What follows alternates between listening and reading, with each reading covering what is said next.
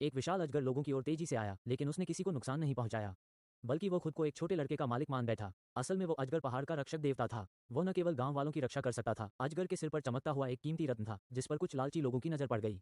उन्होंने लड़के की सुरक्षा की परवाह किए बिना अजगर पर हमला कर दिया। ये दृश्य देखकर अजगर क्रोधित हो गया और पल भर में ही दर्जनों दुश्मनों को खत्म कर डाला।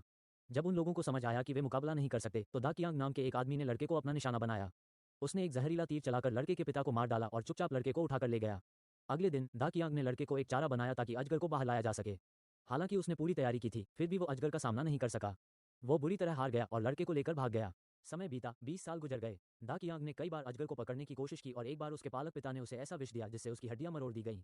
अब उसकी किस्मत उसके अपने हाथ में थी। अपने जीवन को बचाने के लिए दा कियांग पागल हो गया। वो अजगर पर्वत के नीचे स्थित गांव मांगछुन पहुंचा और वहां के सभी शिकारियों को पकड़ लिया ताकि वे उसे अजगर को ढूंढने में मदद करें। जो भी उसकी मदद नहीं करता, उसे वो निर्दयता से मार देता। ये सब एक नौजवान ने देखा जो उसे रोकने की कोशिश करता है। तब दा कियांग ने उसे बताया कि उसने उसे बचपन में इसलिए पाला था ताकि उसी के जरिए अजगर को बाहर लाया जा सके। इतना कहकर उसने उसके परिजनों को मार डाला। गुस्से में वो नौजवान जोर से हंसा और तभी आसमान काले बादलों से भर गया। एक विशाल अजगर उसके पीछे प्रकट हुआ। दा कियांग ने तुरंत एक लड़की को पकड़ लिया और नौजवान को धमकाया कि वो अजगर के सिर का रत्न सौंप दे। जब अपने मालिक को संकट में देखा तो अजगर ने खुद ही अपने सिर से रत्न उतारकर फेंक दिया।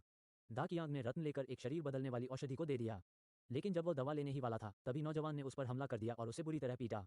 वहीं रत्न खाने वाला आदमी पागल हो गया और उसने अपने सारे साथियों को मार डाला। फिर वो अजगर पर हमला करने लगा। नौजवान ने देखा कि उसका प्यारा साथी मारा जा रहा है, तो उसने तलवार उठाकर हमला कर दिया। दुर्भाग्य से रत्न खा चुका दुष्ट अब अजेय हो चुका था। उसने नौजवान को एक ही झटके में 33 मीटर दूर फेंक दिया। जब वो दुष्ट अपनी शक्ति में गर्व कर रहा था, तभी अजगर ने अपनी सारी शक्ति से एक बिजली गिरा दी और उसे जलाकर भस्म कर दिया। जैसा कि कहते हैं, अत्यधिक आनंद के बाद दुख आता है। इसके बाद नौजवान और अजगर साथ मिलकर साधना करने लगे।